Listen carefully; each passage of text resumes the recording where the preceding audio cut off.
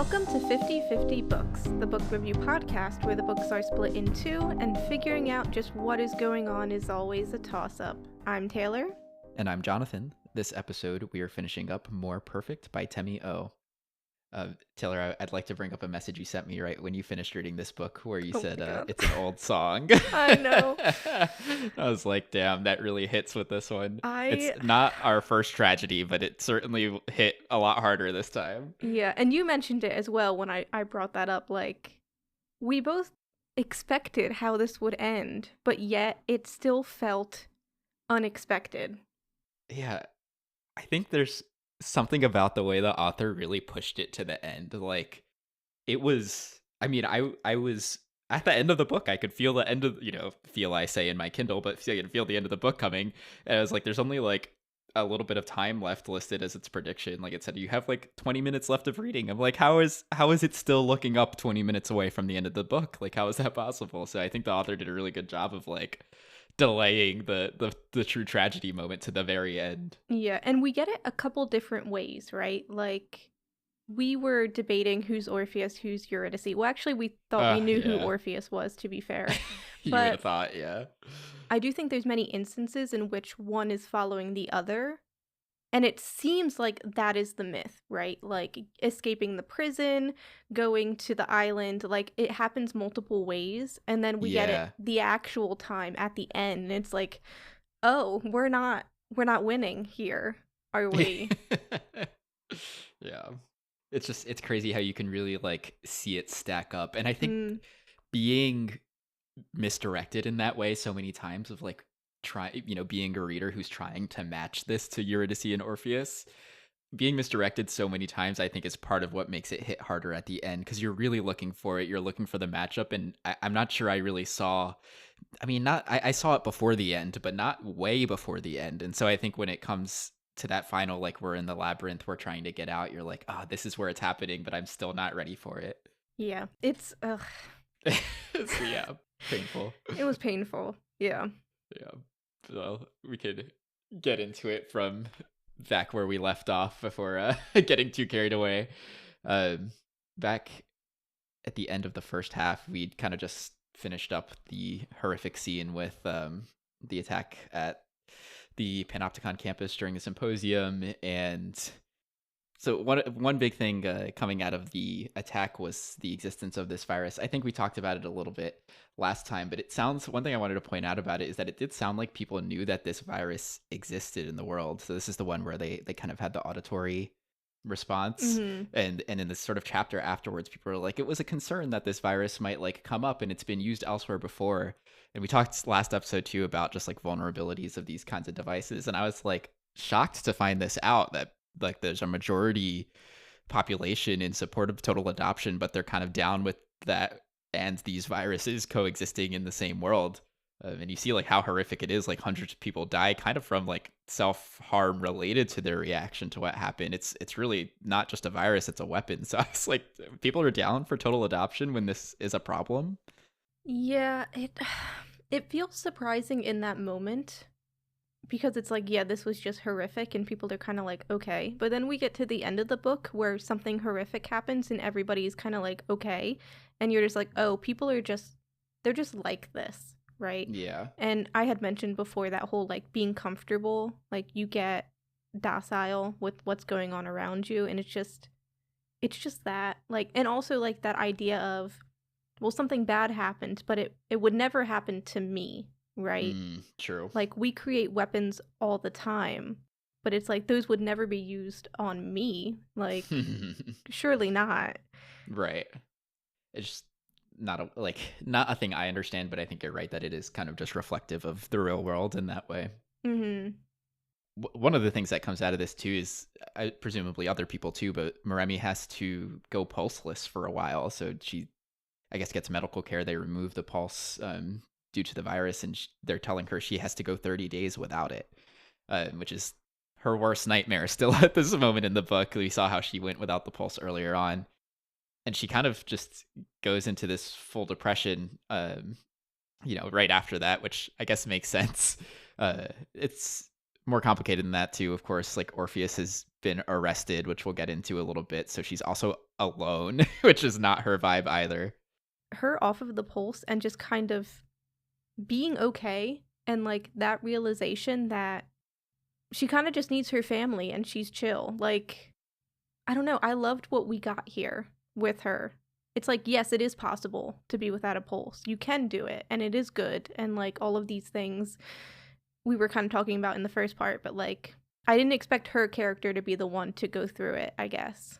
Yeah, I see what you're saying in that it gives her the opportunity for growth moment, right? So she Yeah. can learn to do the coping she was not learning to do before, and she does learn to rely on family.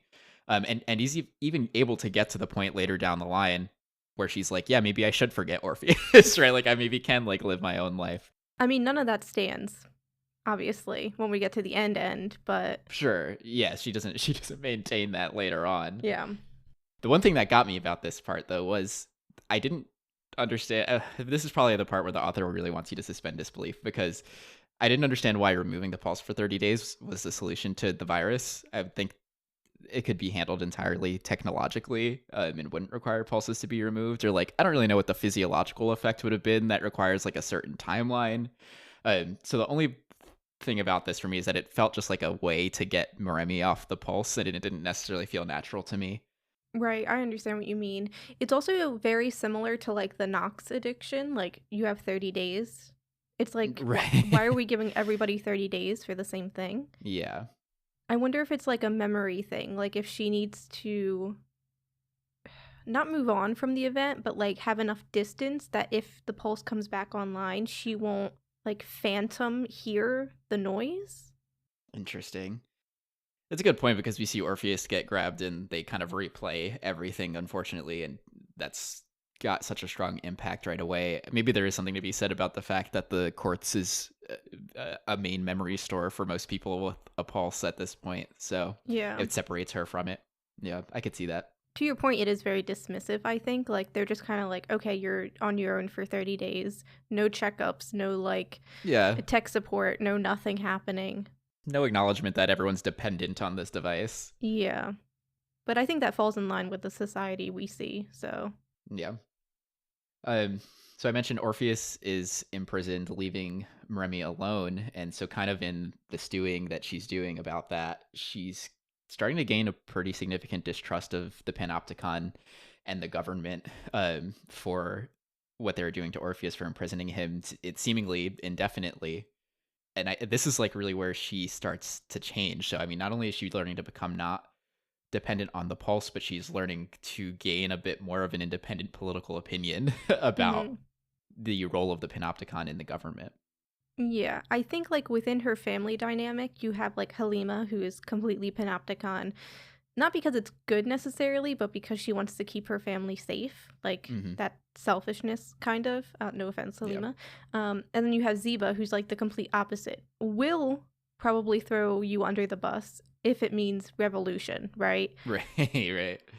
And Moremi is kind of like in the middle, like she still cares about her family, but it's also Hmm. like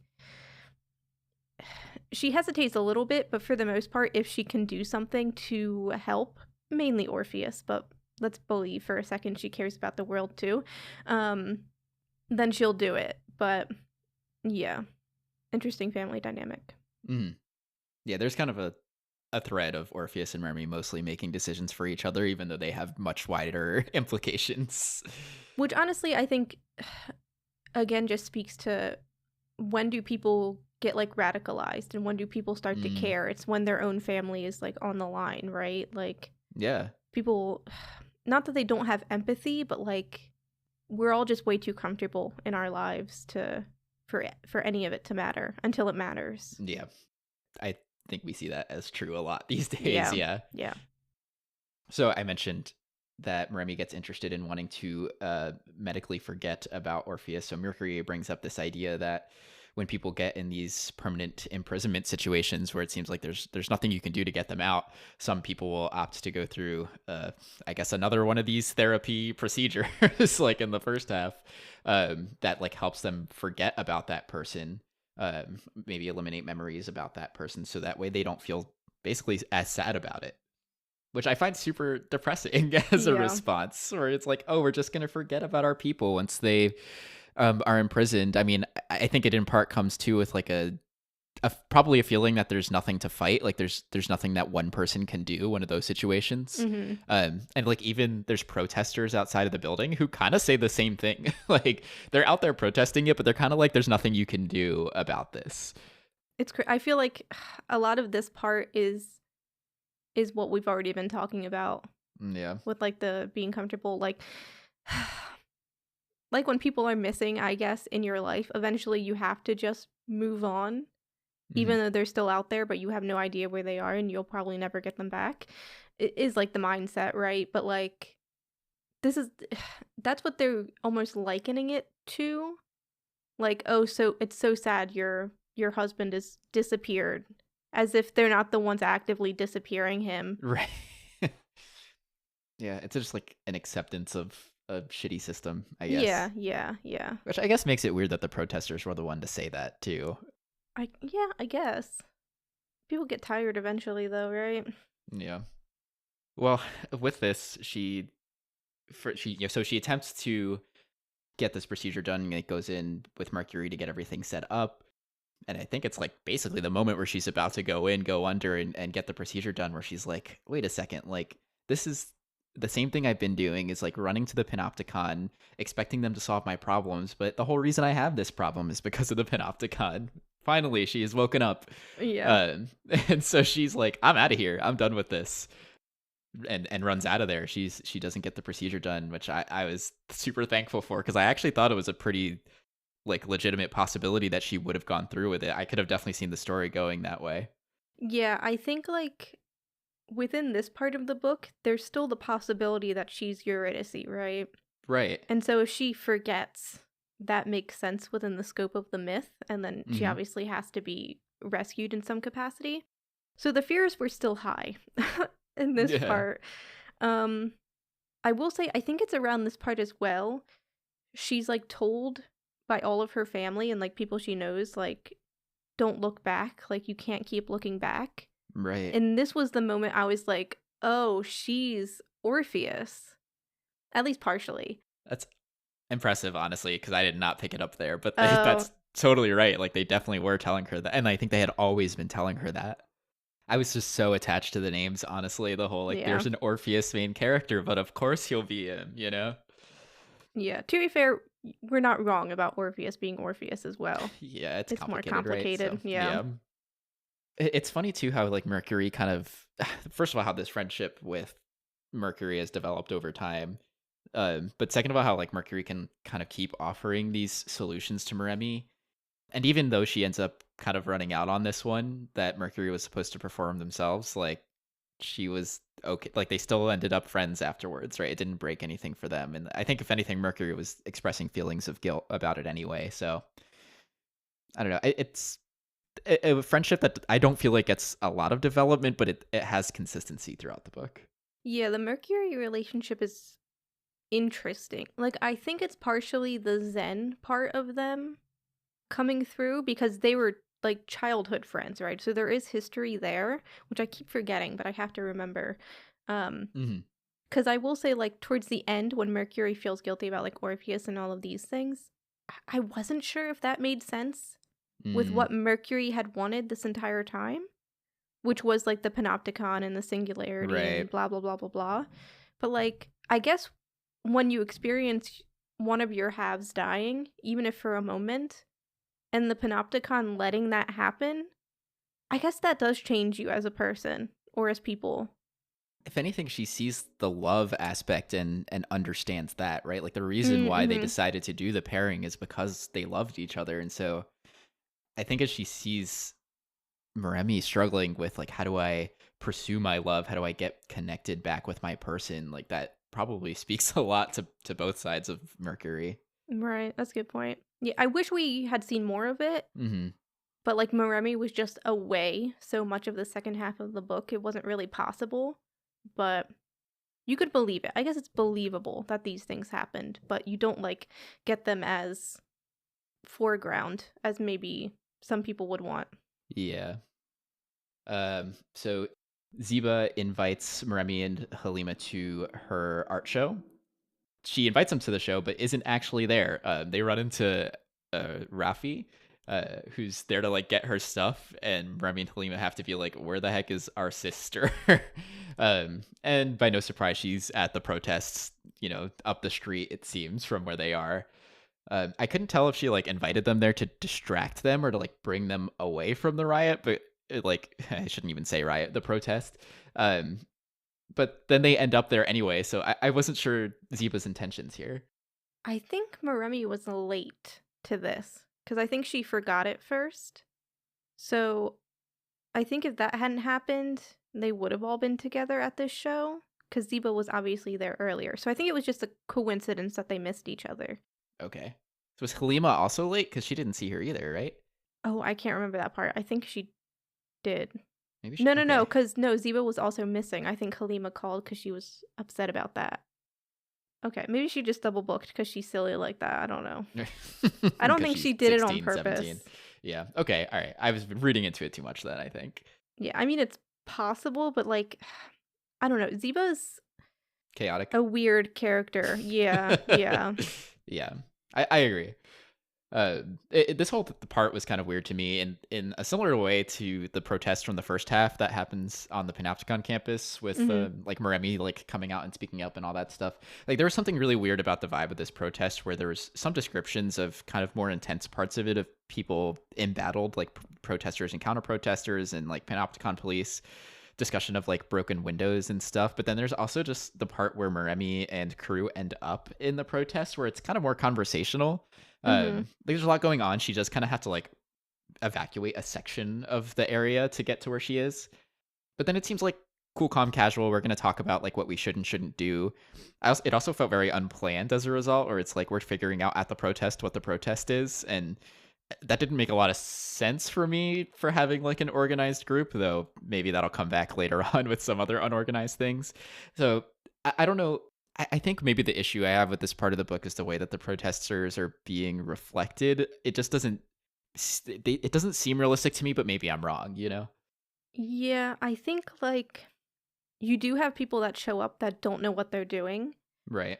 And then you also have people that show up that use it as an opportunity to cause chaos, like Hmm. rioting and looting and that kind of stuff.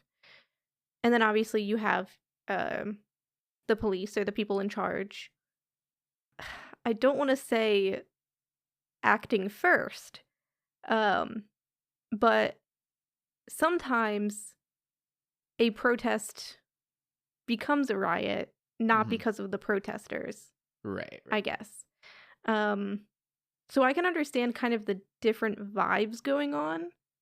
I also think like for Moremi as our main character in this instance, she's probably more likely to think it's a riot than a protest Right. because that's how like everybody else will call it, right? Yeah. It's Like like been conditioned to be described that way. yeah.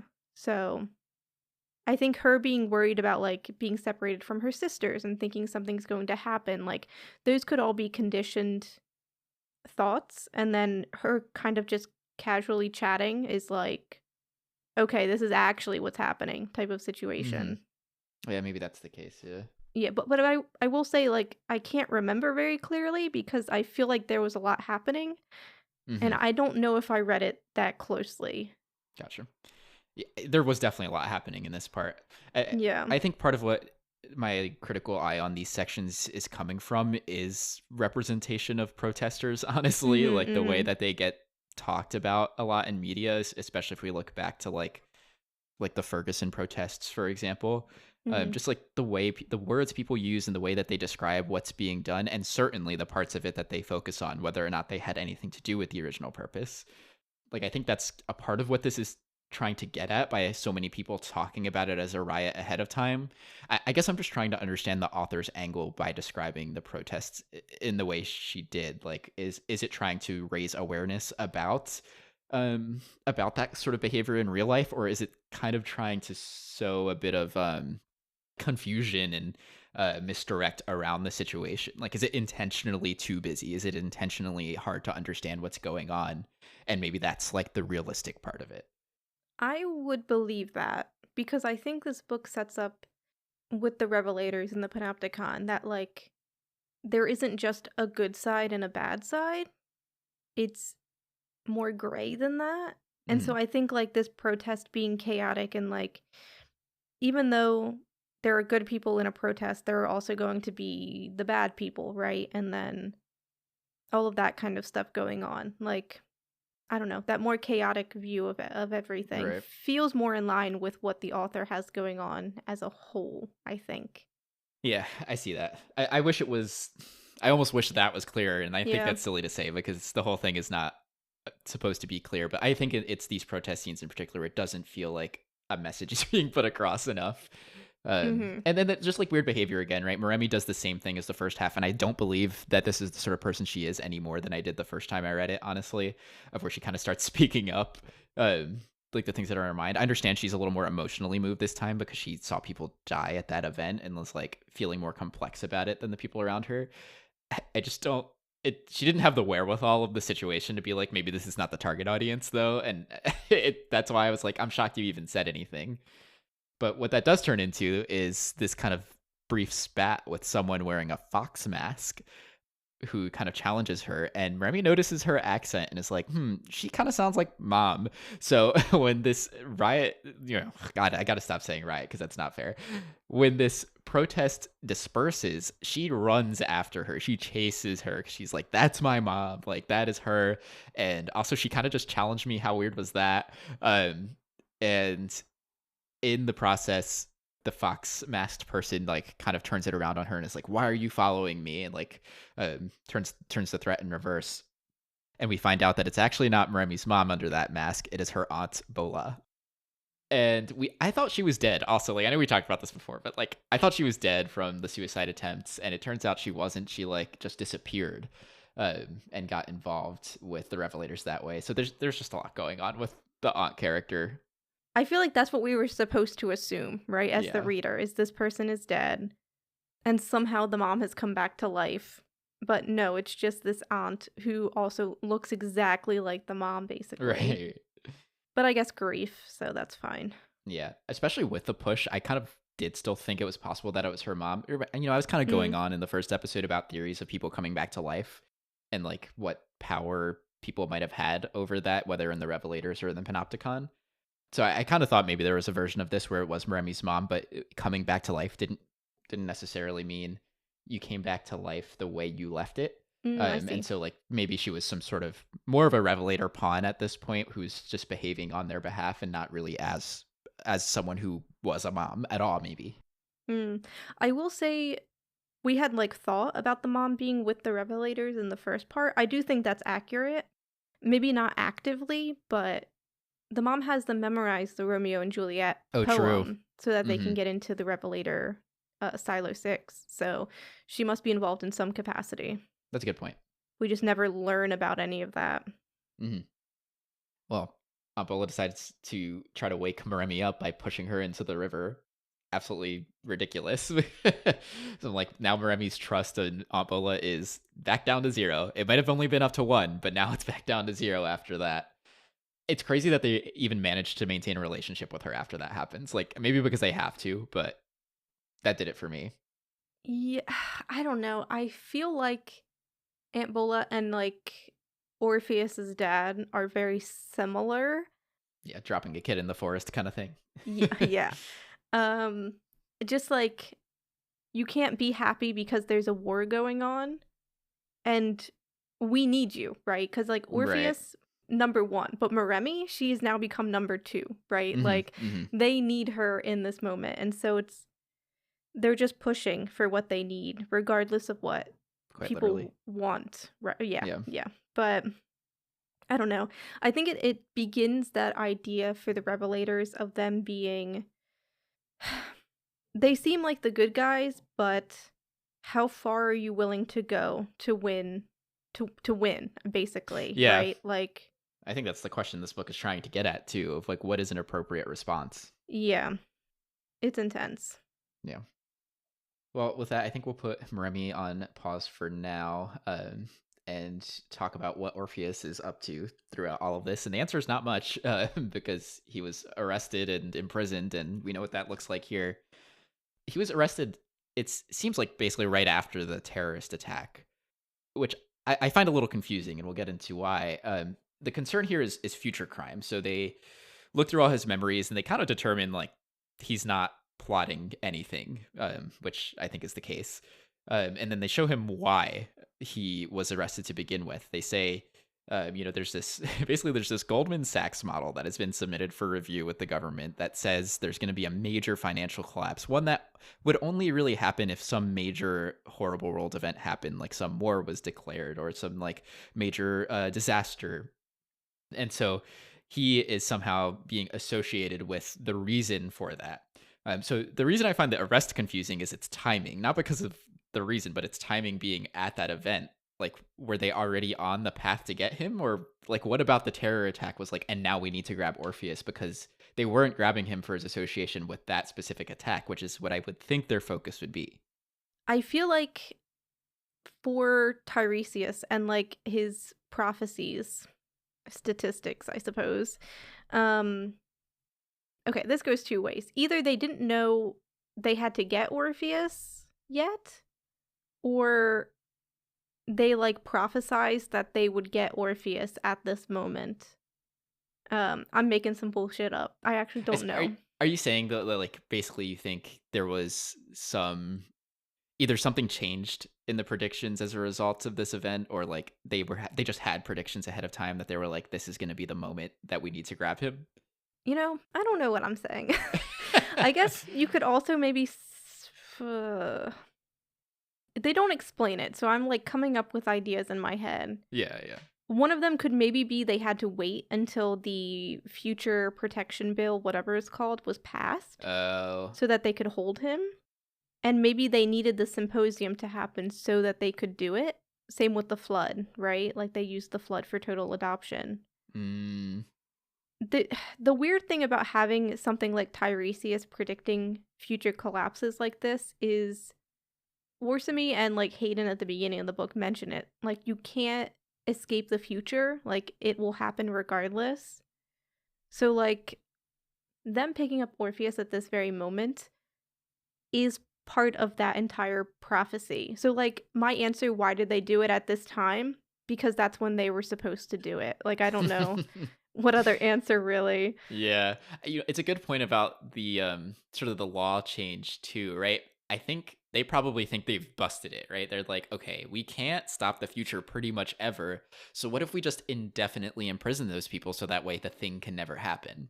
And then that just puts them up for vulnerability, because if the future has to happen, well, that means now your system's going to have to break.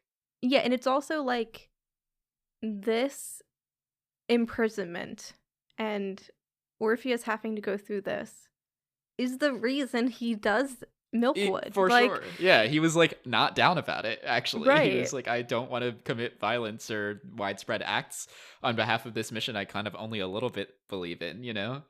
Right, and that's like, you kind of if you're familiar with like Tiresias, you kind of understand that as soon as you hear the name Tiresias, because he's like in Oedipus Rex and all of those and whatever. And the whole idea of Oedipus Rex is like the parents tried to get rid of their kid because he was prophesized to kill the king, his father, whatever.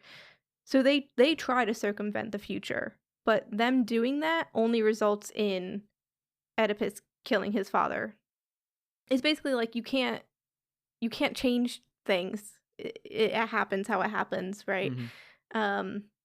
So Melissa tries to play like to his empathy, like think of the people and like Right. I lost who did she lose? Her daughter Kids, or something right? like that? Yeah. And it's like, Melissa, I understand you're trying to like interrogate / detain this man for nothing, but you've just like ruined yourself by doing this. Right. Because this man just wants to be married, so I don't know what to tell you. Right. Yeah, they kind of forced him to become political. They kind of radicalized him, right? And to be fair, not even that much. He still at Silo 6, at his father's house, was like, I don't really want to do anything with Milkwood. Like, Right. I just want to fuck off. Yeah, he's like, I've been forced to care. Right. They imprison him again, and then he's forced to do something. Yeah. Crazy. I kind of live for a self-fulfilling prophecy, though. Like, I'm all about this writing. Yeah, for sure. But it is kind of sad. Yeah. Well, not to nitpick more, but to nitpick more, there's one part of this scene, too, with them explaining the future crime that bothered me. Leave it to me to overread into the technological aspects, like I did in the first episode. But they mentioned that the reason that they know that this, like, horrible thing is going to happen that he's associated with is because of the Goldman Sachs model. And I'm a data scientist. I have to think about it. This is like their whole question about, what is going to cause this? Like something that Orpheus is associated with is going to cause this, but we don't know what the thing is. We only know that it's going to happen.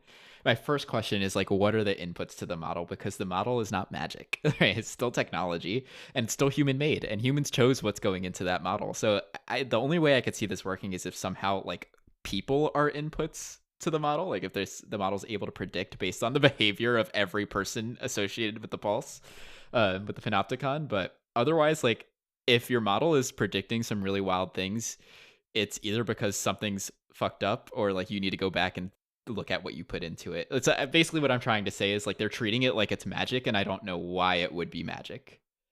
Like there would be something to refer to, like what's the input you put in that model that changed it to go that direction. Which then I guess begs the question of like, is Orpheus and his pulse and his brain an input to a financial model? Is that the way this world works?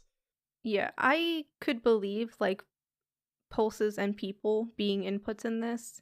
Because, like, even with technology we have now, there's so much private information we just give away kind of for free. Because nobody reads those, like, agreements. They just Yeah. kind of hit Well, also accept, you just right? can't use things unless you accept them. So Yeah, so I could see pulses being like that. And being more so, because it's like a direct connection for the most part. yeah, I guess it lines up then, because then if they do have that information and Orpheus's name is associated with it, then they can track Orpheus down and be like, you're associated with this. But it's still missing the part where it's like, what is the event? Like, what is the event that's happening to cause this? Like, why would that event not be a specific thing predicted as well? Why would only the reaction be predicted? Is the event not Milkwood? Am I crazy? I guess so. I guess they just don't really say that to him, which is maybe just them being tactful in a situation where I didn't think they were being tactful. I don't know if like the Panopticon or Tiresias knows what Milkwood is in specifics. Mm. Because it's also like a 0-day event, right? Like, Oh yeah, they talk about this of like it's super behind the scenes basically because it's always been there. yeah, it's like a blind spot, kind of. So they might not be able to see it, but they know something happens. So they're hoping Orpheus can just tell them what is going to happen. Mm-hmm. But the issue is he doesn't fucking know. Yep, which is why they just decide to imprison him forever. Crazy. As a result, I don't know how that solves their problems, unless they think, all right, well, at least if we do this, he can't do a thing. Right. So he's sent into his prison, stuck in the dream. This is the first time where I'm like, okay, now we're really giving like underworld vibes, right? He's like trapped in there. He's stuck in the prison. So whether you see the prison or like the dream trap as his underworld, he's in it. Yeah. And like the people in the dreams, he refers to them as shades, and like he's on a river at some point in the dream. There's a lot of rivers in this book, to be fair. There are a lot of rivers, yeah. But yeah, the dream for sure. It basically it's an underworld. He is dead.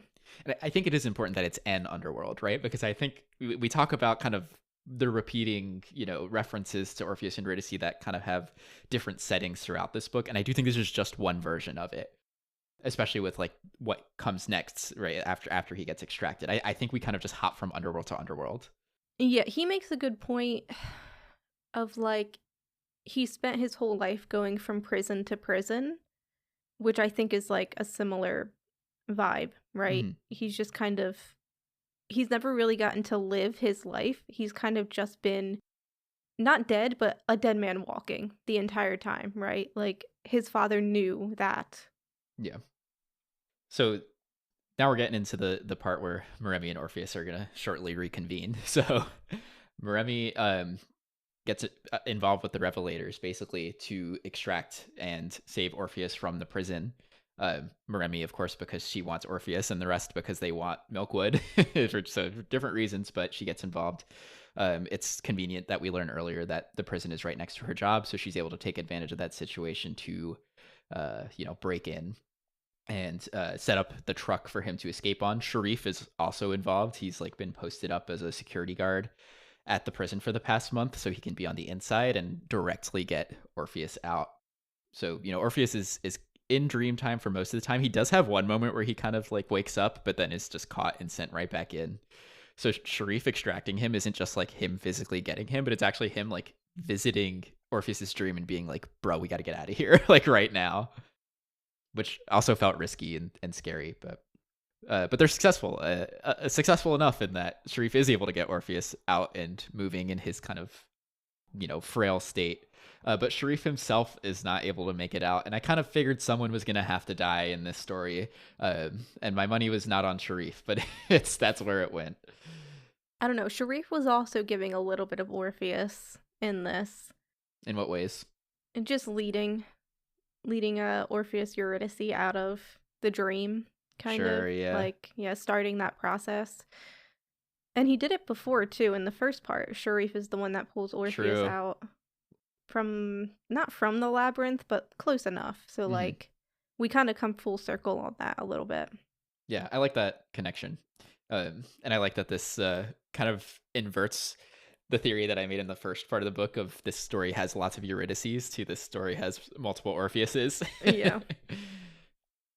Oh, I did leave one thing out I wanted to mention before this also. I'll just throw it in there now, which is that the total adoption vote happens kind of just before this too, and it does pass by a shockingly narrow margin. So that kind of also informs Kaziba's along it with this too, and kind of informs them all going over to Silo 6. Yeah, I think the interesting thing about this is Moremi says, like, yes has an overwhelming majority or something like that. They're up like 50, they're at like 55%.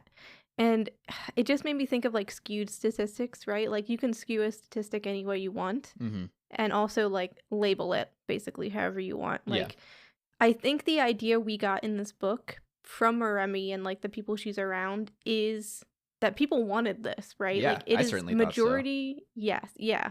But she's like hanging out with all these Panopticon related folks, so yeah. And then we actually hear the number 55% and like see the votes come in, and it's like such a slim majority. Like it's not actually close at all. It also doesn't feel like something that should be decided on majority. Like it should be overwhelming majority. The bar shouldn't be 50% for something that affects people's, I don't know, lives and particularly bodies so much. I just think there's many things that should be voted on more than a majority. That's a whole political conversation to be had, but this one in particular stuck out as something like that for me. The entire conversation around this vote as well, just it felt a little too real, I'll say. Yeah. Because you had guys that would be like, oh, it looks like your people are losing. And like they like celebrate the loss of choice, right? Because that's what's being celebrated here. Like, make no mistake. There are people that have pulses and are celebrating because now other people have to have a pulse. And at the beginning, and we mentioned this in the first part a little bit, you were worried about this, of like the vax versus anti-vax narrative maybe coming up in this. But I think that was just like, so we would side more with the Panopticon and Remy in the beginning. Right. Because I really think it's more like pro-choice and like anti-abortion. Yeah. Like, you have people who have either, I don't know, who aren't involved because they've chosen to have a pulse, and like they're just saying they want to make a choice for everybody and celebrating the lack of agency that is happening for people. It's just like, so, I don't know. I hated it. I hated this part of the book. I think you're right that this is the parallel that this has most with the real world of, like we've been talking about bodily autonomy for a lot of this book and how this decides something that is physical, not just social or political realm only. This is something we're talking about that gets put in everyone's bodies and affects the entire way that they live life. It's almost like a species level change, how we're going to interact with the world. So and maybe that's not the exact words I would use to describe the abortion debate, but like it is the bodily autonomy part for sure, of saying like I want to decide how you get to react to things that happen in your life and with your body, with yeah, but whether or not those decisions were even yours to begin with too, right? Like there's so many layers of connection between this and that are disturbing, especially with those reactions of like people being happy about taking choice away from other people. And I think that's part of this book's kind of question raising around what is an appropriate reaction to, because what we're about to get into, right, with what we were talking about with the revelators and the milkwood is like, what is an appropriate response? Also, like, is there time to think about an appropriate response, or do you just have to do at that point? There's a lot of thoughts to be had around how one reacts to something like this, where it's like, sure, maybe this was a democratic decision that we've made, but should it have been one? Should this have been something we just voted on or not? And now what do we do with the result? I guess I'm almost curious, like, what do normal people think? And knowing that most of London voted yes, I guess they think it's safer, right? Like, that must Right. be what it is. I think there's probably a lot of influence, being that like their city folk and like the Panopticon is there, Mm-hmm. and there is like, yeah, I don't know, like more social influence around it. I mean, there's probably more people working for the Panopticon in that area, people who are family members of people working at the Panopticon. So there's like the sort of personal bias. But then, yeah, like, I mean, the benefits of the argument that the government's making sees itself more in a city, or of these claims of safety and, all the casual benefits of like, I can navigate to where I'm going. Like, there's just so many things that you get more out of by being in the city with a pulse, that I can see why it would lean more towards it. I don't know if those benefits really see themselves to the same level if you're like a rural villager. Yeah, that's true. It's just crazy because the Pulse and the Panopticon is a product, right? Like, Yeah. it is capitalism. But so it's like, ugh, why are we deciding? I say that now in the year 2025 with our current president. Like, why are we deciding to vote for something that is a product of that is just capitalism, right? Yeah, it's private interest. Yeah. Yeah. So anyway, all that aside, we can return to Silo 6 and maybe some of the things that we learn about the Revelators as the story develops there. One of the big ones being about the 0-day vulnerabilities we mentioned before, of these vulnerabilities in the code that have they were left there from its original state in the early days when Moremi was even still around, but haven't been fixed. Likely intentionally haven't been fixed. The flood is credited to this because it's one of those things where they took advantage of a vulnerability that could have been fixed way before it happened, but the Panopticon decided they were going to let that happen because they'd be able to take advantage of the situation to push more for total adoption. Now, this kind of calls back to something I mentioned in the first episode of, I think like the Panopticon's responsible for the flood because they wanted to use it to like show people like that the Panopticon is like necessary in order for like, their safety and all that. And it kind of still had that sentiment when we learn about this of like, okay, they let it happen to gain influence, but they aren't the source of it. And I'm not sure actually we ever get the answer to who those terrorists were who did the thing. Like I thought maybe they were Revelators, but they never really say that. That's true. They don't necessarily say they arrest revelators, as we Right. know, but that doesn't mean anything. And like Ziva mentions the compartmenting, right? So it's like maybe we just don't, like, other Revelators don't know. Yeah, I think that's possible if it is the revelators. It's just interesting that it's interesting that Orsami knew about it, and then like knew about it for many years before it happened, right? It does imply that of course like Hayden would know, and I just don't understand why it would have taken like 15, 16 years at least for it to even come to fruition if that was the case.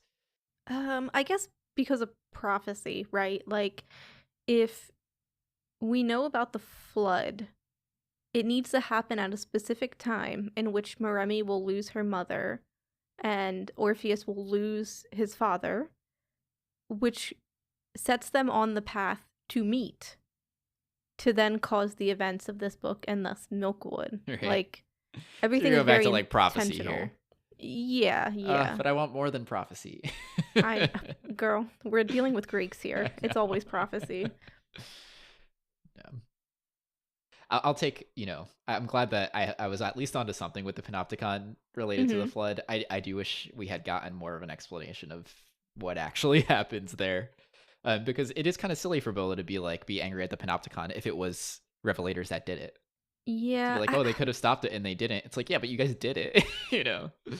I think there's a difference though, right? Like for the Revelators, they are fighting an evil, which is the Panopticon. So anything they do is justified in that pursuit. So them causing the flood wouldn't be the bad thing. It would be the Panopticon who knew about the flood but still let the bad thing happen. Because yeah, it's just like intent, right? Like an ends justifying means type of situation. The Revelators are always going to think what they're doing is right. Mm-hmm. And the Panopticon is also thinking that same thing. When we get some interesting insight into what Hayden believed the Panopticon could be, which doesn't sound bad, by the way. Like his ideas for like ending selfishness and like Right. egoism and like helping the world, like yeah, it makes sense. Right. The values are there. Yeah, it all just that ends up going into the whole echo chamber stuff we talked about in the first episode. And then the Revelators, it's like, okay, but how far are you willing to go? Like if you did cause the flood, how many people is an okay amount of people to kill in your pursuit? Right. Especially if you're trying to protect some sort of human right. Right. So I don't think we'll get an answer to that clear Yeah. cut. I guess this is one of those cases where it's supposed to complexify the Revelators, right? Of being like, okay, like they're obviously like willing to do things like that not everyone is going to agree with, probably. So, Right. and it is just kind of like a really hard take to be like, yeah, like it's the Panopticon's fault, even if we kicked it off. So I don't know. It lines up with Bola's character, I guess. Yeah, she's I think she's so. pretty intense, but anyway, I noted that the Silo 6 vibes were actually kind of nice. Like they were like, very like community oriented, like they were farming, gardening. It Yeah. was like nice, chill. I was about it. And then Orpheus and Moremi, and Moremi's even like trying to talk up the commune a bit, and then they witness like people trying to enter the commune get shot immediately because someone had a pulse, and that just ruins all the vibes about Silo 6, especially for Orpheus. Yeah. Other Silo 6 things, Halima gives birth. Ziba makes a weird comment about Halima wanting a doctor. I was like, I can't be down with this, Ziba. Like, it makes sense for Halima to want a doctor and like sterility while she gives birth, but all right. Yeah, Ziba gets a little mean, I Yeah. think. She's like, oh, like my delicate sister like needed a needle for her delivery. And I'm like, you never want to have a kid, so you might as well stop talking now. Yeah. And this is kind of going to the total adoption thing. Like Ziba and like kind of Bola and like some other people, it's the hard opposite, right? Like Yeah. instead of giving people a choice to have a pulse or not, they're kind of in the mindset of we just shouldn't have it at all. Mm-hmm. Which is could be fine. Like I haven't lived it. I don't know what it's like. It seems bad for us considering everything, but Yeah. like maybe people do want a doctor when they give birth and like want a pulse and like all of these things, and they're not evil for it, but Ziba gets a little bit too intense about it, I She's think. gone a little too far. It's like we cannot like the pulse but still like science, you know? Like I don't know. Yeah. Or just like medicine. Let's not even go as far as saying science, but like modern, medical response is fair. And this is a good connection with the next thing I want to talk about, which is Queen Mab at Silo 6, because she's like, isn't it crazy like how the earth has just given us everything we've needed? And it just like really like threw me back to my childhood, because my grandparents are like super into like herbal medicine type stuff, to Mm-hmm. the point where like my grandmother like destroyed her kidneys because she decided instead of taking the kidney medicine her doctors prescribed, she would just take the herbal supplements that those people told her she should take Oh no. for kidney function. And then her kidneys went down to 25% function, and she was on dialysis for the past like 10-15 years of her life. So Mm. that is like immediately where my mind went, is like, okay, like I understand, maybe we probably should be better about understanding what the various herbs and plants of the world can do for us. That doesn't mean we should just like reject the things that medicine can do, though. You're right. Like I think we can have a more complex view of this. Yeah, which we definitely mentioned in the first part, because Moremi tries to use like medical science as this catch all for Right. technological progress, and it's like not all of it is good. We don't need all of it, but like Mm. yes, I would like to be able to take a Midol when I'm feeling Yeah, bad right, type of right. situation, you know? And there's lines there too, right? Like, should everyone be taking Ozempic to lose weight? Probably not, but that's the world we live in, you know? Right. So I mentioned Queen Mab. She's kind of a more mysterious character, I feel like, in the Silo Six village. She's been around since the beginning, and also worked with Borsamy and the rest of the crew. Knows Orpheus's parents as a result. Is able to provide some context. But the part that really sticks out to me here is when she tells him, in discussing Milkwood and the fact that Orpheus doesn't really know anything about it. She says that he'll stay here for a while and he'll remember, which to me is just prison again, right? Like he's just been locked down to Silo 6. And this is what I think really locks it in as like being another underworld kind of character, I guess, in this book setting, I should say. Where it's like, yeah, like maybe we got out of one, we crossed the river, all that good stuff, but we really just ended up in another place that we are told we can't get out of because of things that are outside of my control, for that matter. So I thought that was an interesting parallel, right? Like it's like both sides have their underworld. And it did feel like it when they were entering. It was so locked down. It was like all these people who are going to be basically coming this direction and not going back. It's kind of also interesting to note that Queen Mob was the one who made Dreamtime, right? Mm, She, I don't know if she made it alone, she might have, but like that's kind of her legacy on the whole situation. And considering how closely the dreams and the underworld become, yeah. that whole situation, like, yeah, it makes sense that she's kind of enforcing this other underworld.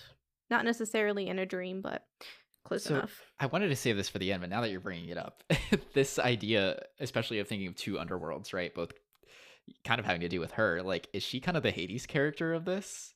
I, hmm. I have thoughts for other people, but like at least in this context of her kind of being the village elder of Silo 6 and being pretty storied and associated with the other magi who are also like put on pedestals, right? Right. And being yeah, I don't know, being associated with these kind of more things we're associating with the underworld, then that's what makes me think of that. Yeah, the weird thing about Silo 6 is it's like, it's more akin to like Fae culture almost, Mm, which I think follows into Dreamtime as well. Like, you're not supposed to eat anything and like you'll forget and that kind of stuff. And that kind of is similar in Silo 6. And this idea that Orpheus is trapped there with, and I think he even mentions like fairy rings and like they're kind of, the hunters are kind of like not human, and there's just a lot of almost madness going on there. hmm And I don't know if I would call her Hades Okay. necessarily. I think we're dealing with a different mythos I see what almost. you mean, yeah. Yeah, I know less about those things, so I'm always gonna default more to the simple like gods. But Yeah. yeah, I see what you're saying. Yeah, because I mean, Queen Mob is a fairy queen, basically, Gotcha. who I think puts people to sleep or like delivers dreams to people. I don't remember. It's been a long time. I did so bad about looking up names for this book. I should have been on it with a Greek retelling. Yeah, I like put a little bit of effort in, but probably not as much as I should have. Yeah. So Orpheus and Remy they decide to escape to, well, one, not have to do what the Revelators want to do with Milkwood, but also to kind of go figure out what it is. So Orpheus and Remy try to find the island he grew up on. They make their way there and figure out how to get into Warsame's private lair, if you will. It's associated with the watch that's been carried around the whole time. We haven't really talked about the watch all that much. I kind of figured it would come around to be important, but it does feel like a risky move on Warsame's part to put his quartz, I guess, in the watch, because he could have left that at any moment in his life. Like that could have been lost, forgotten, and then this would have just never happened. Yeah, but John, I prophecy. know, I understand. I know it was going to happen, but Warsame didn't. I guess maybe he did. He really thought everything was going to happen, and he was confident, and he was right. So It's yeah, it's kind of annoying because like again, it's kind of that justification of him being kind of abusive to his kid because it all works out in the end, right, right? Like right. this is how it's meant to be, that kind of situation. and Orpheus has to get mad enough to break the watch, right? So it's like he needs to be frustrated with his father, which means his father needs to be kind of an asshole, and Hmm. his father needs to leave him in the woods to possibly die, and like all of this kind of stuff. So Yeah.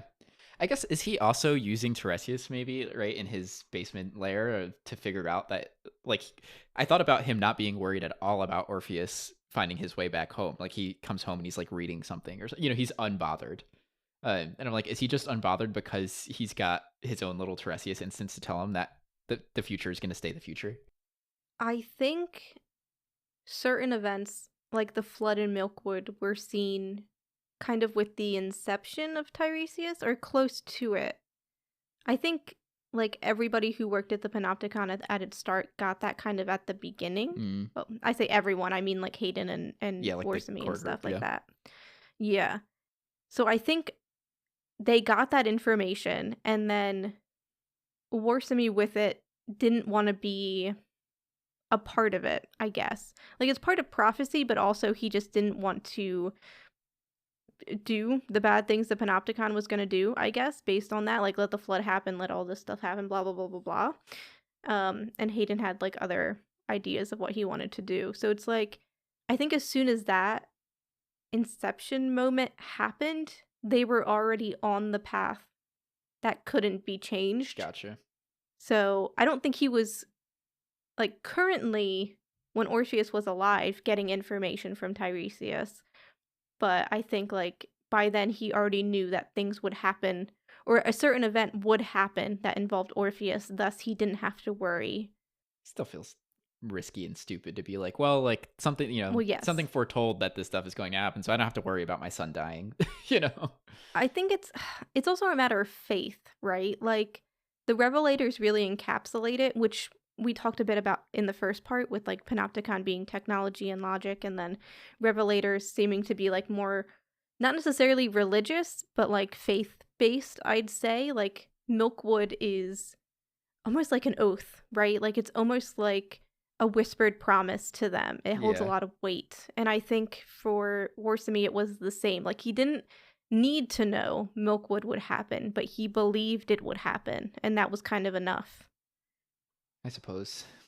It doesn't I'm a little feel dissatisfied. satisfying, Yeah. but yeah, I know. I know. So he gets the quartz. He's able to pair with it, which gives him this kind of liminal zone interaction with his father's memory, I guess. It didn't feel like anything really resolved for him there, honestly. So Yeah, I'd agree. it felt more like that's why it felt like a distraction, and I was like, yeah, like unentertained by the chess thing. So effectively, what's happening in this anyway? It's all a means to an end. He's getting the virus uploaded to his constellation while he's connected. So Yeah. that's really what this is about anyway. Like it's just the cheesecake of the situation where he gets to enjoy, if you want to call it that, this moment with his dad, but really it's like something else going on entirely. I think it is like a moment for him to kind of not come to peace necessarily, but for him to be like, and I think this is fully fulfilled like in the prison when he talks to Hayden, but like he really is just a tool in this situation and Yeah. there's nothing he can do about it. It's it's kind of him realizing he is just a part in this story. Like we're Sharif in the beginning who says Hmm. you have a part in it, there's nothing you can do about it. Right. This is I think just that almost final realization of that, maybe given to him by somebody he still kind of loves. Like it's Mm. a gentler way to tell him, you are the instrument I have made and now you are going to destroy the world. Like Right. it's not satisfying because I don't think it's meant to be For satisfying, but I sure. think it's supposed to make Orpheus understand his part within this play kind of. It's sad. I guess it's tragic, right? It's just Exactly. sad. Hmm. Well, Orpheus and Remy get arrested because they find them there, of course. I don't know why anyone thought that wouldn't happen. This splits them up again. Orpheus is actually kept, whereas Moremi is released because they can't like figure out what she's actually done criminally. I think this is also, she's pulseless at this point for good, right? Well, I guess not for good because later on she does some stuff, but like at least I think in this part of the story she still doesn't have a pulse, and so like there's nothing to watch. Yeah, I was confused. I was like, why are they not arresting her for like breaking into this building? Like, I'm so confused. But I think they just don't have evidence. Yeah, that's True. The only confusing part is when Orpheus gets brought in when he's a kid, they go through his memories to like figure out who his father is and like look through to see if he got told anything. So it's like, Yeah. I guess my confusion is like, why didn't they just do that with her? I guess they could have forced a pulse back in her, right? If they really wanted to, but maybe that's somehow crossing a line. Well, I think she still has the pulse, but like it's just turned off. I thought they had removed it from her after the attack. No, I think the crazy thing is, I really think the doctor just turned it off. Like if it was a phone. Like it seemed so crazy to me. Interesting. I must have misinterpreted that. Okay. Yeah, because I don't think you can take it out. Yeah, I mean that's what we had thought the first episode. Right? I thought maybe like, oh, like they can just like very surgically remove it or something, especially with the context of the attack. But maybe that's right. Maybe I feel like you would need more than 30 days to recover from that, That's though. probably true. Yeah, I think she still has it. It's just turned off. But yeah, the memory thing was confusing. Yeah. But maybe because they also like think they have enough information. Like they're like, well, Sharif was there. Like Orpheus got himself out. Like maybe they're not thinking that hard about it.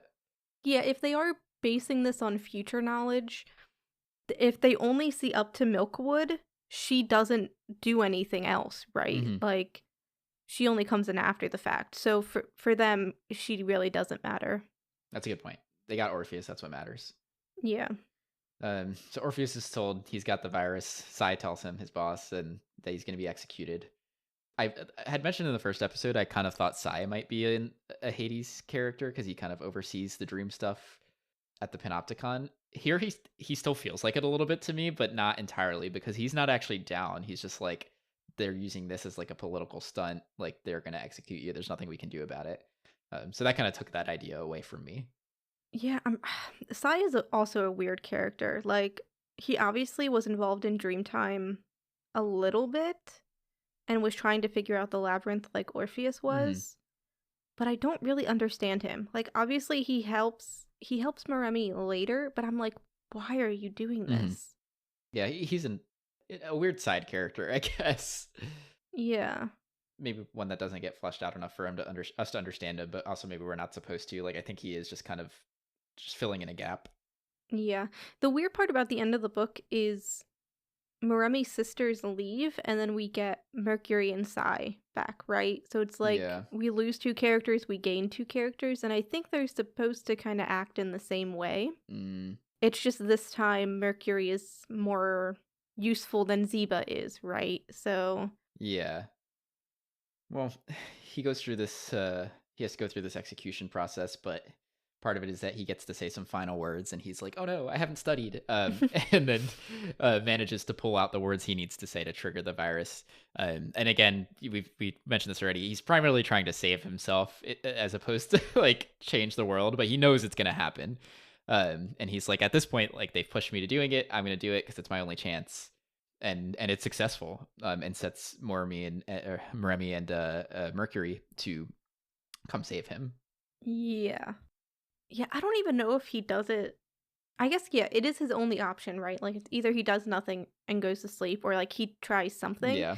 But, like, even his justification for doing it felt more like, what else is there to do? Yeah. Yeah. Yeah. He mentions it when they're in the dream time, like, at the end. And he's like, well, I mostly did it to try to save myself. But oh, yeah, he does mention but I think you're right selfish. that, like, kind of in the moment, he's like, it is, like, a chaos move. Yeah. Yeah. Which honestly, fair. Yeah. Like, they have him on display. People are watching him. Like, yeah, they're making a scene of it, and he's resentful, right? Like he's like resentful of the Panopticon. So why wouldn't he? Yeah, I think he's also a little resentful towards the Revelators at this point too. Yeah, I mean he's resentful at his dad, so of course. Yeah, he wanted nothing to do with this. This is like, I don't know. This was really sad. Yeah. I guess like.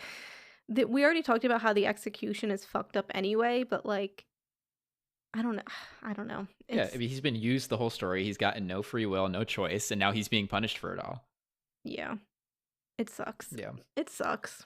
And not even just like, it's crazy because they put him up for execution, and then he goes into the sleep.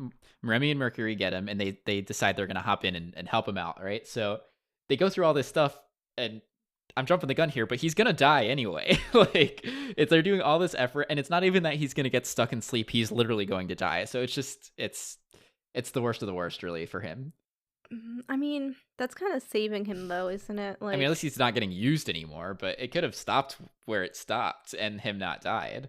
yeah, I guess like the choices were either he sleeps or he dies, though, right? Well, I mean, but they were trying to save him, you know? Only one person could go through the portal, though. I- let's come back to that.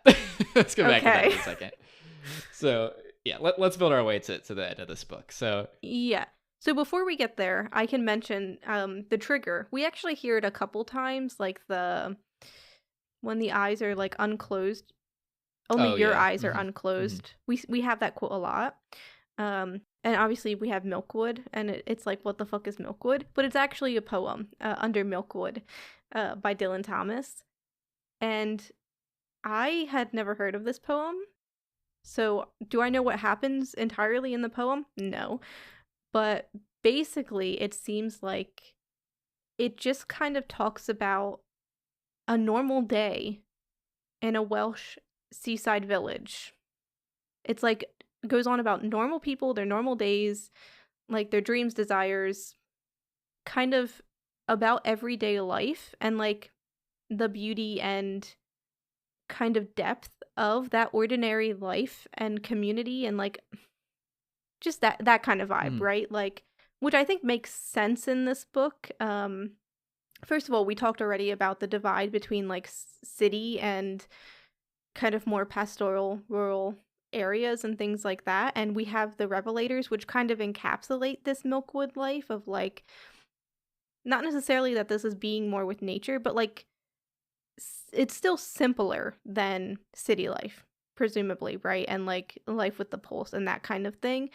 And something we talked a lot about in the first part, which I don't think we'll get into as deeply in this part if we talk about it at all, is like that loss of humanity and that loss of Yeah. beauty because of the pulse and because of AI, which is what we're experiencing now. So like I don't know. I don't have any big fathomings as to why this poem was picked other than it just makes sense. Yeah. I'll say that Zeba does make a comment in the book about her life never having felt normal to her. Mm-hmm. I think maybe Halima was like, I just want things to go back to normal. And Zeba's like, this is not normal for me. So I wonder if that's what it's getting out of like these characters living in a world where nothing has ever felt like a stable, normal life to them and kind of longing for something that feels like that. Right. Yeah, I think that's also very romantic, right? Hmm. Like you kind of want the simple life, quote unquote, the simple life. Yeah. Like it's hard as hell to live that kind of life, but like that's what Yeah. you imagine and it's very idyllic. And that's what people with a pulse have kind of faked themselves into Hmm. is like that safe, comfortable life, but it's not real. Like there's nothing which Moremi talks about, there's nothing real about it. It's all just a dream. And it's like, but we used to live such beautiful lives, but now we're just kind of painting this product as beauty, but it's just false. Yeah.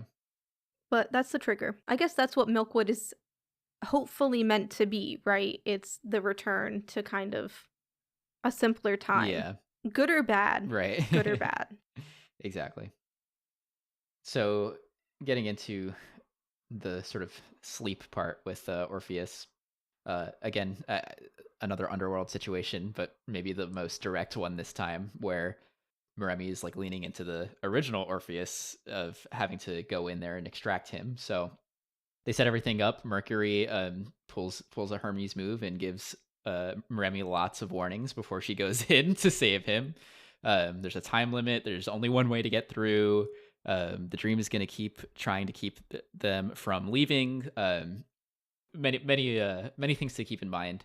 At first, I kind of saw them as like a "don't look back" equivalent, but we actually are going to get a direct "don't look back." So it's really is just like the warnings that the Orpheus character gets before doing what they're trying to do. She spends several in dream years, which translates to a couple of hours out in the real world, trying to find him. I noticed she experiences the wave at least one time. I was trying to get the vibe if it was multiple times, and is able to handle it relatively well, which I think was supposed to be a marker of growth for her. Yeah, I think like the first couple times she like runs from it, Hmm. which makes sense. It's like does remember back to the beginning where she almost died because of it. And she can, like, hear it around, right? Like, the way the water Yeah. changes, she can hear it. But I think eventually she does have to, like, brave it to get to where she needs to go. Yeah, she kind of becomes one with it at, at a certain point. Yeah. So I thought that was a cool feature for this. When she does link up with Orpheus, Orpheus seems to know pretty early on that only one of them can make it out alive. But he's going to travel with her to the end and not necessarily break that news to her. They're going to go together. I don't know why only one of them can make it out alive, and I feel like you're going to tell me it's because of prophecy, but I want to know why he thinks, like, why he already knows beforehand that, like, only one of us can make it out, especially given that he's like implying that it could have been him that left. Like, I thought maybe, like, that would make sense from a, like, well, like, this is my dream time that I'm stuck in because of the nerf. But he almost implies that it could have been him that left if he didn't love Moremi enough to let her go. Yeah, I thought similarly to you that it's, like, a weird situation that it's only one of them, but I kind of just accepted it as, like, a nerf problem. Yeah. I'm sure that's what it's related to, yeah. I think this would have been all cleared up if, like, yeah, if Orpheus never said that it could have been him, then I wouldn't be bothered, you know? But because he seemed to imply that he could have done it, that's why I'm bothered. Mm. Yeah, I just don't know what that would have to do with Moremi's real life body and being. I don't know. Maybe I just don't see how Orpheus could ever get out because he's the one with the nerf. Yeah, it'd be weird because, like, why doesn't Mercury know that information, right? Like, if That too, somebody yeah. with a nerf is the only one that can use the portal, or, like, only one person can use a nerf portal. Let's put it like that, Hmm. right? Yeah, you would think she would know. Yeah, I Yeah. don't. I mean, Hmm. maybe this isn't really a thing that they experiment with, though, right? Like, the goal is for people to not reach the portal. That's fair. Orpheus does have the most. Okay, Orpheus. I was gonna say Orpheus has the most experience, but also he almost died, right? Hmm. And there was something very important about him almost dying and like what he saw and the labyrinth and like so I could believe his knowledge about the portal is from that near death experience. Is that more Right. mystical than maybe this book relies on? Yes, but it's the only thing really. Unless okay. The other weird thing is both of these characters see the future for an instance, right? Moremi sees Orpheus get beheaded when they're married. Orpheus also sees himself beheaded Right. earlier in this book. So is is the frame of this book that this is not the first time Moremi has gone through these memories? Is she changing the narrative to make a better story or to satisfy herself at the end? Like, maybe Orpheus really just didn't make it in time. Right. He was just pulled back by the shades. Right, and maybe there was nothing that could have been done, but maybe Moremi changed it, and this is her going through the story again within the courts, Mm, and she changed it so that it would be more satisfying, more beautiful. right. Like, Orpheus did this to save me because of love. That's a better story than he just couldn't do it. And that explains why they both see him beheaded in the middle of the story. Right. Did I just brain blast here? I think that's a super interesting theory. I hadn't really thought of it as, like, Moremi being the narrator, I guess, but I kind of like that reading of it. Yeah, because I mean, she has both of their memories pretty clearly for the most part because of the courts, except for a few Hmm. areas. So, who's to say she's not changing things? Yeah. Yeah, I think it's all ambiguous enough Yeah. that it's like you could believe something mystical, prophetic is happening with like the near death and certain visions, whatever, whatever. And that is just foiling the statistics of Tiresias. Like that reading of it, I think makes sense. But then also like Moremi just kind of losing her mind in the story of it all also, I think makes sense. Hmm. Well, they try to push their way to the portal. As we said, only one of them makes it out, and along the way, Orpheus has made his "don't look back" comments, or "don't look back, just go towards the portal, keep going, going, going." my assumption on the reason why this matters, like, I don't think it's the sort of situation where, it's not the true, like, if she looks back, he's pulled back situation. Like, that was gonna happen anyway. So I guess I just took it more of like a warning, like pushing her off from doing so she doesn't witness what's happening to him. Because he is being pulled back for, it seems like quite a while that he's fighting through to stay with her. So I figured it was just like he doesn't want her to see that, either because she doesn't want him to like, or he doesn't want her to like remember that and like see him in such a bad state. Like she wants her to like be happy with the rest of her life, kind of. Um, or just because if she did look back, like she might be tempted to help him and that would slow her down and potentially stop her from getting out at all. Yeah, I think more so in the latter, but I think yeah, both make sense. Especially because she does turn back and see him get beheaded. So I was like, maybe he like kind of thought that might happen and didn't want her to see. Yeah, because I think he also does note like when he calls her name, basically, he's expecting her to look back. Mm-hmm. But I think it's too late for her to do anything in that moment. Right. So it's fine. But he says the most tragic shit at the I end. know. Yeah. I was really looking for, in the first half I mentioned, like trying to find what would make this situation Orpheus's fault, back when I thought it was this Orpheus that was going to be trying to pull Eurydice, a Eurydice character out. And it just ended up not being the case at all, where there's like a fault, right? Like it was just predestined really to be this way, right? Of like, he's not going to make it out. The shades are going to pull him back. It doesn't matter what Moremi does. Yeah. It was kind of all for nothing. Yeah, which I think is the myth, right? Like, regardless, Eurydice was not making it out of the underworld. Like, that's like the point of the story. Right. You don't escape death. Unless you're certain people, you know? But yeah. Yeah, it doesn't matter. Yep, they were screwed. And then, Orpheus dies, the end. For the main story. It's sucked. I don't know what else It to did say. suck. Like I said at the beginning, it was like those last few pages. I was like, there's barely any book left, and you're gonna do this to me right now. You're just gonna leave me like this. But it didn't totally leave me like this because there was an epilogue. So we learned in the epilogue that total adoption gets paused as a result of like the virus experience. Like everyone like getting basically knocked out for an hour or whatever, for a few hours. And they even like memorialize the virus with an annual kind of lights off remembrance event, which I think is kind of wild. It's not a thing I thought the society would do. Mm-hmm. But what I think is interesting about this is that it means that the Revelators were effective by doing this, by extracting Orpheus, making him go through all the things that he had to go through. Like, they stopped total adoption from happening. Yeah. Yeah, we can agree on that. They were effective in, like, the smallest way possible. Sure, yeah, because I guess they didn't take down the whole thing, right? They wanted the whole world to get the Milkwood and for everything to fall apart. So I guess they didn't get that far. But to me, it's like, okay, like the whole point of doing this sort of, level. I hesitate to call it activism at this point, but doing this level of resistance is to affect change, and they did do that. I'm, like, curious. I feel like total adoption was paused for the sake of the realization that maybe not everybody having a pulse is actually a good idea. Right. But it's important to note it's only paused. That's true. They could always revisit and decide to go through with it. Right. And because their mentality might be, if we do total adoption, then we'll know this is going to be faulty logic, but I swear it'll probably make sense to them. Like, if everybody has a pulse, we'll be able to know when something like Milkwood will happen again because of total surveillance, right? Right. That's There's still like, the yeah, goal. like I understand this happened because we didn't have everyone.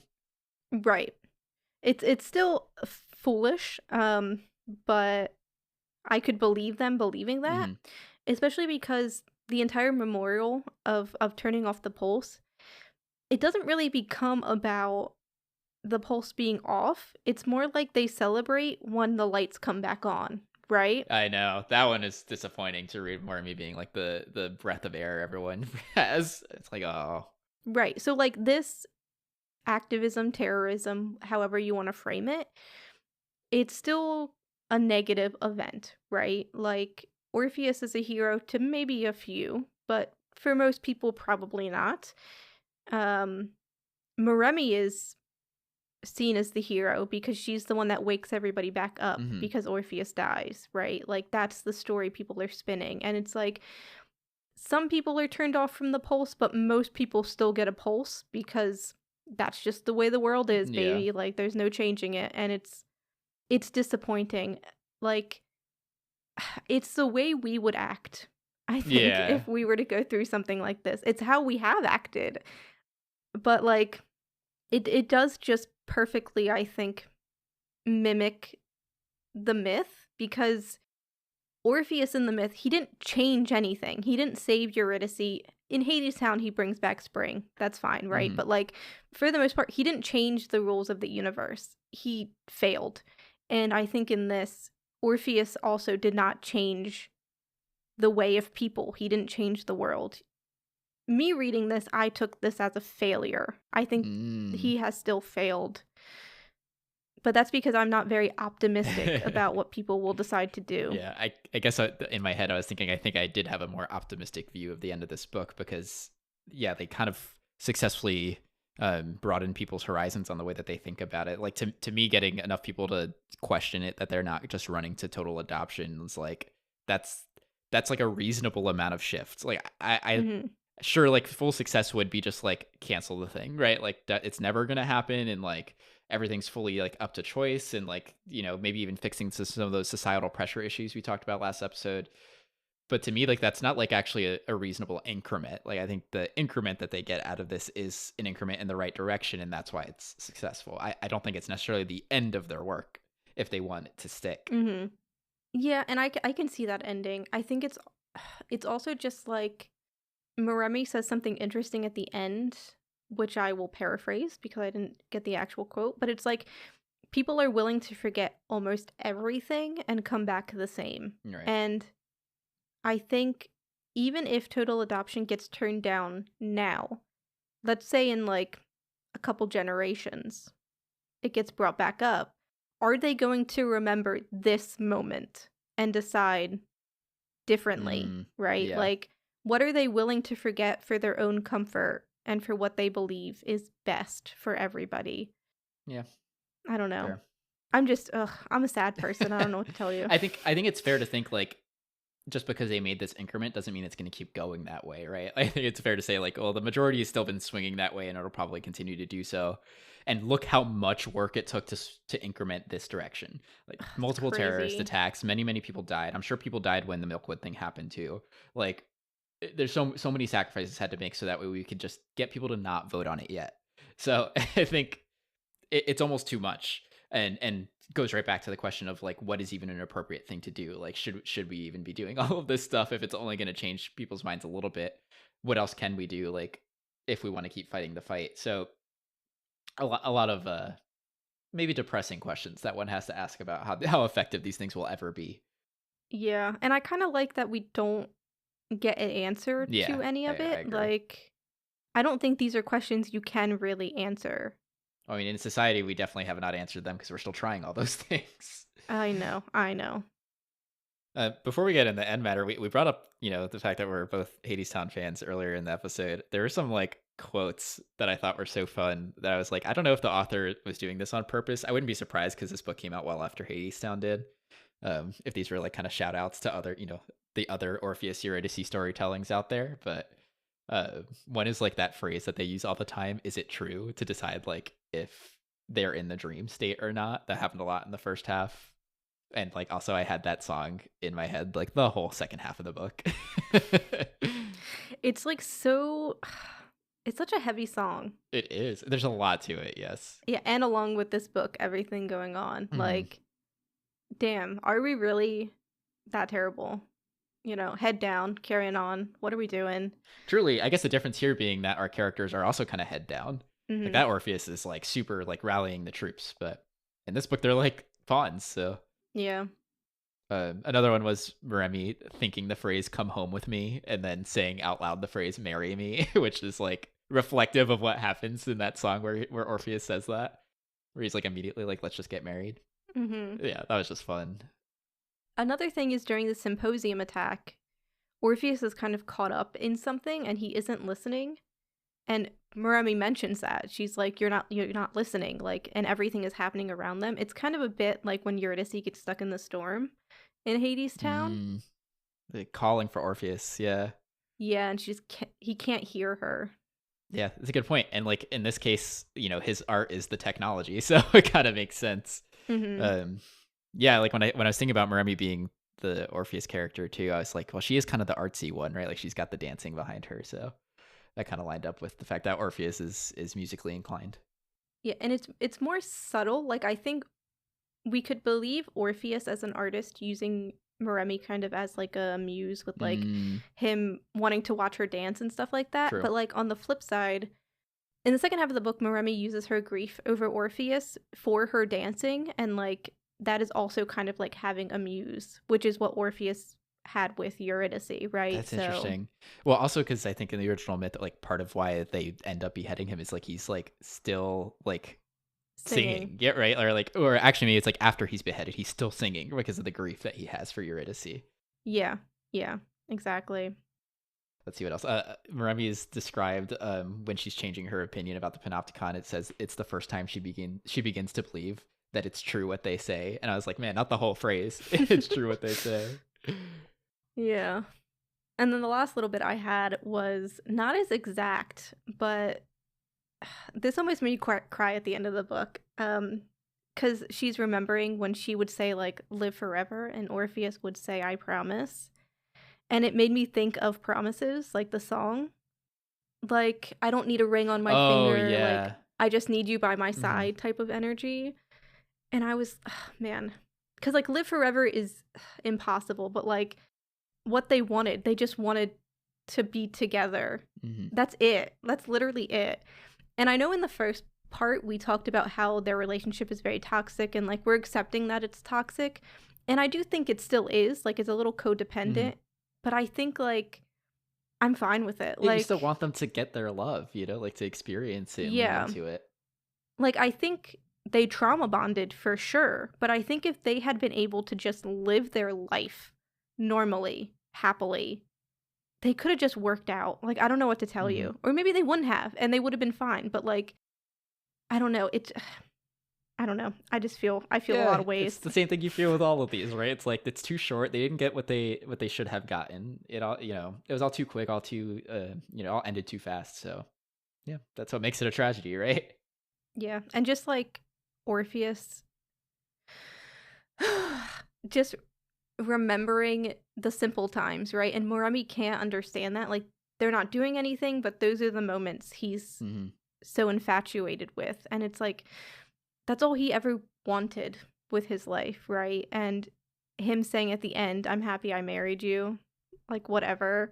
Ugh, I hate his ass. But damn, he really just wanted to be happy. I don't know. I feel a lot of ways. Hmm. Well, I think it's finally time to get into reviews. Yeah, I can start with reviews. I feel like we obviously talked a lot about a lot of things in the first part and the second part. I feel like my opinions in the first part about like our discussions on AI and agency and blah blah blah is probably all still the same towards the second half of the book. The only complaint I guess I have is the side characters, which we got into a little bit with like Sai and Mercury and even the sisters a little bit. Like they are supporting cast. I wish those relationships were a little bit better, but I think this book is so long and there's so much happening that I do not think it's actually conceivable for the author to deliver on what I wanted. Yeah, it'd be a lot to like flesh out all of this character based stuff while so much other stuff is going on.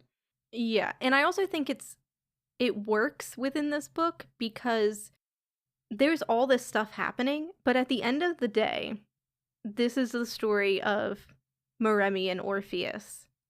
And so them kind of only being obsessed with each other and like focusing so intently on each other, I think it's fine. Like the fact that we don't care about their other relationships, Moremi with her family a little bit. I do think that's important for her character, but like for the most part, it's the two of them, right? And then everything kind of happening around them. I think it makes sense for what's happening here. Yeah. Just the way we were able to connect things within this book, the multiple iterations of the underworld, Orpheus and Eurydice switching around.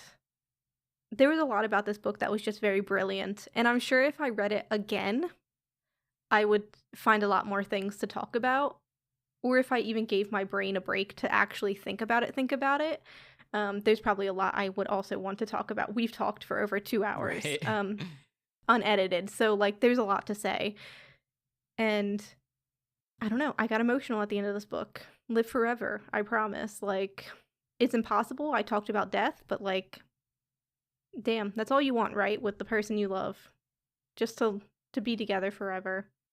So, I'm gonna go with a 5-star. Whoa. Amazing. I'm telling you, I got emotional, so it had to be a 5-star. Wow. Yep. Well, for me, I had a great time reading this book. I thought, as far as page turnability, like I was super into it, especially the second half. Like it was long, but it was very easy for me to just keep going.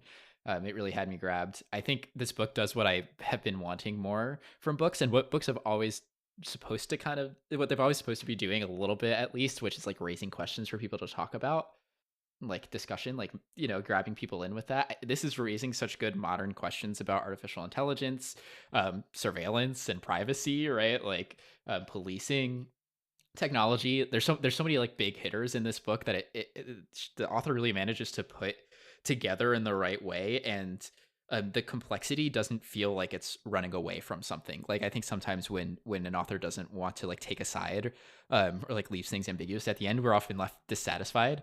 I did not feel that way with this. I feel like it raised all the questions up and fleshed them out enough to the point where now it's our turn, right? It's our turn to pick it up and have these conversations like we had here. So I think like its ability to raise all those questions and make them intellectual but accessible is super impressive. On top of all the things you said of like we're bringing in Greek myth here and like making lots of cool and interesting references, things that I didn't even think about that you talked about. It also just like relating to us by being a near future book as opposed to a far future book, I think was a good decision too. So there's just so many layers of like setting us up for success in turning this book into a conversation. And I don't mean that just from a podcast situation. I just mean that in life. Like I want more people to read this book and I want more people to talk about it. I've been recommending it left and right, even before I got to the very end. And I'm going to keep doing that. So for me, it's also a 5, which means I think this is the first book we've ever both given a 5 to on this podcast. I think so. Wow. I think so, yeah. Crazy. Yeah, it's just that good. Awesome. Yeah, I'm so glad we found one like this, and I hope we can keep finding other ones that do us both good, even if they're not all 5s, of course. But like it's like this was a great find. I'm super glad we read it. And it was coincidence. Like the reason I think I got this book was because I was buying a few other books, and I think I wanted enough money for free shipping, and I just got it because it looked interesting. Yeah. Like it is purely. There's no good reason why I picked up this book other than obviously the Orpheus and Eurydice bit, but like there's a universe in which I never bought this book, and so crazy. we never read it. That's crazy. Maybe we were just like predestined to read this book. Yes, of course. Yeah, I think I feel so strongly about this book too, because I think the time to read this book is now. Yeah. Like I don't know if this book, like I don't know what direction society will actually end up going in 20 years, but I don't think it's going to hit like this in 20 years. So I think I'm going to keep pushing it of like, this is the book. You got to read it. You got to read it now. I also think it's like a perfect blend for both of us. Like it had all the technological stuff, which is obviously where you reside.